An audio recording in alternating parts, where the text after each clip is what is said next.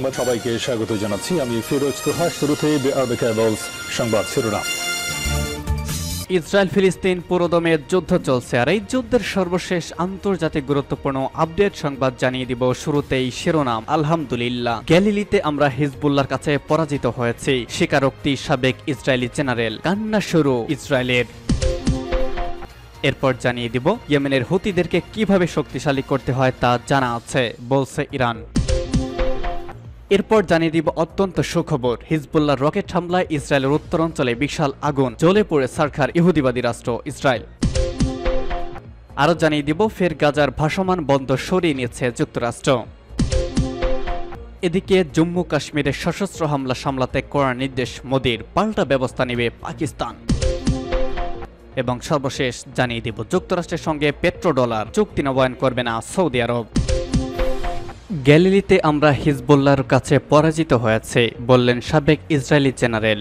লেবাননের হিজবুল্লাহর সঙ্গে যুদ্ধে পরাজয়ের কথা স্বীকার করেছেন একজন সাবেক ইসরায়েলি সেনা কমান্ডার। তিনি বলেছেন, লেবাননের সঙ্গে ইসরায়েলের উত্তরাঞ্চলীয় সীমান্তে একটি নিরাপদ অঞ্চল প্রতিষ্ঠা করেছে হিজবুল্লাহ। ইসরায়েলের সেনাবাহিনীর সাবেক কমান্ডার মেজর জেনারেল ইফতাহ রনতাল এই মন্তব্য করেছেন। তিনি বলেছেন, লেবানন সীমান্তবর্তী ইসরায়েলের গ্যালিলি অঞ্চলের ওপর তেল আবিব নিয়ন্ত্রণ হারিয়েছে, সেই সঙ্গে উত্তর সীমান্তের একটি শহর সম্পূর্ণ খালি করে দিয়েছে ইসরায়েলি ও অভিবাসীরা। সাবেক এই ইসরায়েলি জেনারেল বলেছেন, হিজবুল্লাহ এখন ইসরায়েলের অভ্যন্তরে নিরাপত্তা অঞ্চল প্রতিষ্ঠা করতে সক্ষম হয়েছে। তিনি বলেন, দক্ষিণ লেবাননের পরিবর্তে হিজবুল্লাহ নিরাপত্তা অঞ্চল এখন উত্তর ইসরায়েলে প্রতিষ্ঠিত হয়েছে। আমরা গ্যালিলি অঞ্চলে পরাজিত হচ্ছি, সেখানকার বেশিরভাগ মানুষই আর তাদের ঘরবাড়িতে ফিরে যাবে না। জেনারেল রনতাল বলেন, আমি গতকাল কিরিয়াত সমনা শহরে গিয়েছিলাম, সেটি ভুতুড়ে নগরীতে পরিণত হয়েছে।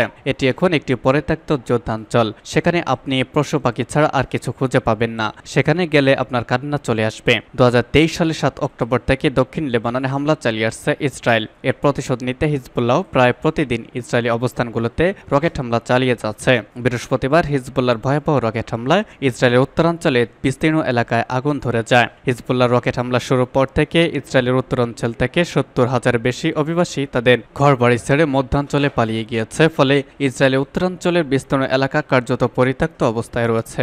ইহুদিবাদী সরকার এখন পর্যন্ত বহুবার লেবাননে আগ্রাসন চালানো হুমকি দিলেও তা কার্যকর পরিণত করতে পারেনি। গতকাল ইরানের পররাষ্ট্রমন্ত্রী হুঁশিয়ারি উচ্চারণ করে বলেছেন, লেবাননে স্থল অভিযান চালালে ইসরায়েলকে এমন জাহান্নামে পাঠানো হবে যেখান থেকে আর ফিরে আসা সম্ভব নয়।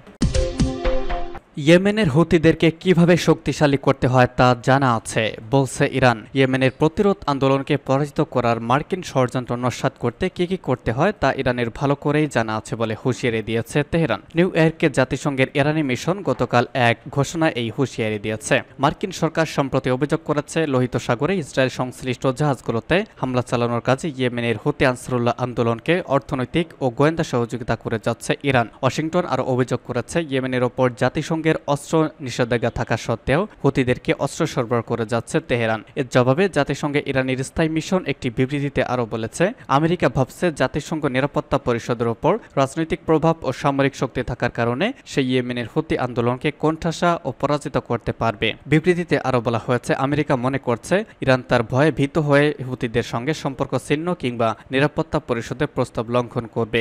ইরানের স্থায়ী মিশনের বিবৃতিতে বলা হয়, কিন্তু না, ইরান তার কোনোটিই করবে না, বরং ইরান যেটি করবে সেটি হচ্ছে দেশটি এমনভাবে মার্কিন ষড়যন্ত্র নস্যাৎ করে দিবে যাতে জাতিসংঘ নিরাপত্তা পরিষদের প্রস্তাব লঙ্ঘন না করে ইয়েমেনের হুতি আন্দোলনকে আরও বেশি শক্তিশালী করা যায়। আর সেটি কিভাবে করতে হয় তা ইরানই ভালো জানে।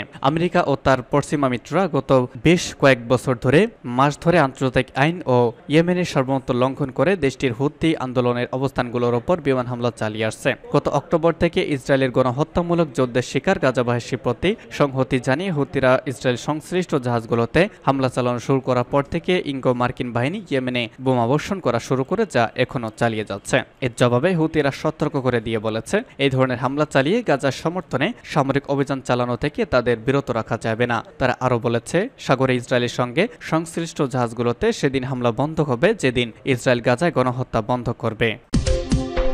হিজবুল্লাহর রকেট হামলা ইসরায়েলের উত্তরাঞ্চলে বিশাল আগুন। লেবাননের শক্তিশালী সশস্ত্র গোষ্ঠী হিজবুল্লাহর রকেট হামলায় দখলদার ইসরায়েলের উত্তরাঞ্চলের বারআম এবং ইয়ারুনের বিভিন্ন জায়গায় বিশাল আগুন লেগেছে। ফায়ার সার্ভিসের স্থানীয় কর্মকর্তাদের বরাতে সংবাদ মাধ্যম টাইমস অব ইসরায়েল গতকাল রাতে জানায়, ঘটনাস্থলে কাজ করছে ফায়ার সার্ভিসের 4টি দল। আগুন অন্যান্য এলাকায় ছড়িয়ে পড়ার সম্ভাবনা নেই বলেই জানিয়েছে তারা। গতকাল দখলদার ইসরায়েলে বিভিন্ন জায়গায় নতুন করে রকেট হামলা চালিয়েছে হিজবুল্লাহ। তাদের এসব হামলায় আগুনের সূত্রপাত হয়, যা বিভিন্ন জায়গায় ছড়িয়ে ছিটিয়ে পড়ে আছে। এর আগে ইসরায়েলকে লক্ষ্য করে বুধবার সকালে 100-এর বেশি রকেট ছুড়ে লেবাননের শক্তিশালী সশস্ত্র গোষ্ঠী হিজবুল্লাহ। এরপর আবার ছড়ে 170টি বেশি ক্ষেপণাস্ত্র। সংবাদ মাধ্যম টাইমস অব ইসরায়েল জানায়, গত 8 মাস ধরে চলা এই যুদ্ধে এটি ইসরায়েলকে লক্ষ্য করে হিজবুল্লাহ চালানো অন্যতম বড় রকেট হামলা ছিল। ওই দিনের হামলায় লক্ষ্য করা হয় তাইবেসিয়াসকে। চলমান যুদ্ধে এর আগেও অঞ্চলে কোনো রকেট ছুড়েনি হিজবুল্লাহ। টাইমস অব ইসরায়েল জানিয়েছে, রকেট হামলায় এখনো পর্যন্ত কোনো হতাহতের খবর পাওয়া যায়নি। মঙ্গলবার রাতে লেবাননে বিমান হামলা চালিয়ে দখলদার ইসরায়েল হিজবুল্লাহর এক জ্যেষ্ঠ নেতাকে হত্যা করেছে। ওই হামলার প্রতিবাদেই একসঙ্গে এত রকেট ছুড়েছে সশস্ত্র এই গোষ্ঠীটি। ফের গাজার ভাসমান বন্দর সরিয়ে নিচ্ছে যুক্তরাষ্ট্র। গাজার উপকূলে স্থাপন করা ভাসমান বন্দরটি ফের সরিয়ে নেওয়ার প্রস্তুতি নিচ্ছে যুক্তরাষ্ট্র। সমুদ্র উত্তাল হওয়ার শঙ্কা থেকে এটি সরিয়ে নেওয়া হবে বলে জানিয়েছেন এক মার্কিন কর্মকর্তা। গত মে মাসে $320 মিলিয়ন এই বন্দরটি গাজার উপকূলে স্থানান্তর করা হয়েছে, কিন্তু খারাপ আবহাওয়ার কারণে বারবার এটির কার্যক্রম বাধাগ্রস্ত হয়েছে। উত্তাল ঢেউয়ের কারণে কয়েকদিন আগে এটি ভেঙে যায়। এরপরে মেরামতের জন্য এটি দখলদার ইসরায়েলের আসাদ বন্দরে নিয়ে আসা যাওয়া হয় এবং মেরামত শেষে গত সপ্তাহে এটি আবারও গাজায় নিয়ে আসা হয়, কিন্তু সপ্তাহ না পেরোতেই এই বন্দরটি সরিয়ে নেওয়া হচ্ছে। নাম প্রকাশ না করার শর্তে মার্কিন কর্মকর্তা বলেছেন, যতদিন সমুদ্র শান্ত না হচ্ছে ততদিন এটি আসাদ বন্দরে থাকবে। 17 মে থেকে এটি কার্যক্রম শুরু হয়। জাতিসংঘ জানিয়েছে, এই বন্দরটি নিয়ে তারা মাত্র 137 ট্রাক ত্রাণ তারের গুদামে নিয়ে গিয়েছে। এই বন্দরটি নিয়ে গাজা এসেছে মাত্র 900 টন ত্রাণ। গত সপ্তাহে বন্দরটি সচল হলেও গতকাল জাতিসংঘ জানিয়েছে, নতুন করে এটি দিয়ে কোনো ত্রাণ তাদের কাছে আসেনি। গত 8 মাস ধরে দখলদার ইসরায়েল ও গাজা ভিত্তিক সশস্ত্র গোষ্ঠী হামাসের মধ্যে যুদ্ধ চলছে। যুদ্ধ শুরু হওয়ার পর গাজার ত্রাণবাহী ট্রাক প্রবেশের পথ বন্ধ করে দিয়েছে ইসরায়েল। এতে করে গাজার বাসিন্দারা খাদ্যের অভাবে পড়েছেন। যুক্তরাষ্ট্র চেয়েছিল ভাসমান বন্দর দিয়ে গাজায় তারা ত্রাণ নিয়ে যাবে, কিন্তু আপাতত এই পরিকল্পনা ব্যর্থ হয়েছে বলে মনে করা হচ্ছে। কাশ্মীরের সশস্ত্র হামলা সামলাতে কড়া নির্দেশ মোদির। ভারত শাসিত জম্মু কাশ্মীরে একের পর এক সশস্ত্র হামলার পরে দেশটির প্রধানমন্ত্রী নরেন্দ্র মোদী নির্দেশ দিয়েছেন, যেন তাদের দমনে যেসব ব্যবস্থাপনা আছে তা যেন অতি দ্রুত সেখানে কাজে লাগানো হয়। গত রবিবার থেকে শুরু হয়ে এক পর এক একটি সশস্ত্র হামলা ও 3 জায়গায় অস্ত্রধারীদের সঙ্গে নিরাপত্তা বাহিনীর সংঘর্ষ হয়েছে। ওইসব ঘটনায় 9 জন হিন্দু তীর্থযাত্রী, 1 জন কেন্দ্রীয় বাহিনীর সদস্য ও 2 জন সন্দেহভাজন সশস্ত্র গোষ্ঠীর সদস্য মারা গিয়েছে। কাশ্মীরে পুলিশ সন্দেহ করে নতুন কোন সশস্ত্র গোষ্ঠী জম্মু কাশ্মীরে প্রবেশ করে এই হামলাগুলো চালাচ্ছে।